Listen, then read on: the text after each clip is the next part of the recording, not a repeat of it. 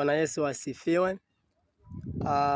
Usimwache Mungu kwa sababu ya mitume na manabii na watumishi wengi wa uongo waliokukatisha tamaa kwa sababu ya mafundisho yao au kwa sababu ya tabia zao walizonazo za muonekano wao wa utumishi jinsi ulivyo.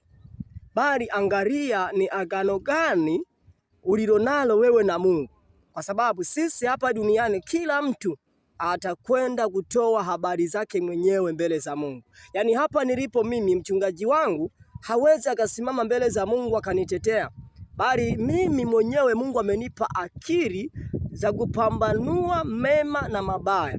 Na kwa sababu Mungu amenipa akili za kupambanua mema na mabaya, basi imenipasa kusimama kwa ujasiri na katika neno lake na nifanye yale yaliyo mapenzi yake. Kwa hiyo unaposhikilia yale maneno ya watumishi mbalimbali ambao wameumiza moyo wako au wameiumiza roho yako, yani unahisi kila mtumishi kwako sio sahihi, nataka nikwambie acha, bali kumbuka agano lako na Mungu, wala usiache kwenda kuabudu. Wewe tafuta mahali ambapo moyo wako umekupa kupenda, umwabudu Mungu kwa moyo wa furaha, umwabudu Mungu kwa moyo wa shangwe, kwa sababu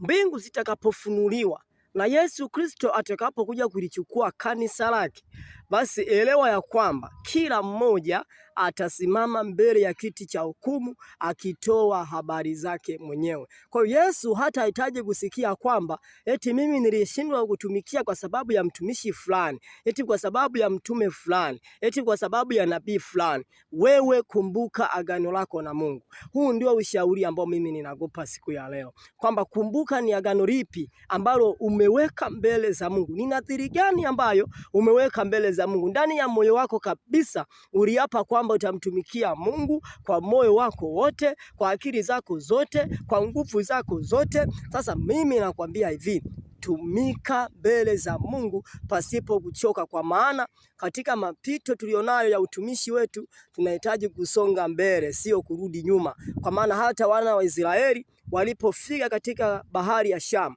walitamani kurudi Misri, lakini Musa kawaambia, ninyi tulieni mbele za Bwana, Bwana atawapigania na ninyi mtanyamaza kimya. Na mimi nakwambia leo, tulia katika pindo la Yesu Kristo, tulia katika pendo la Mungu wa majeshi. Mungu atakupigania. Usiogope kwa sababu ya mambo ambayo yameumiza moyo wako. Yesu yuko pamoja na wewe, atakuokoa na atakuongoza.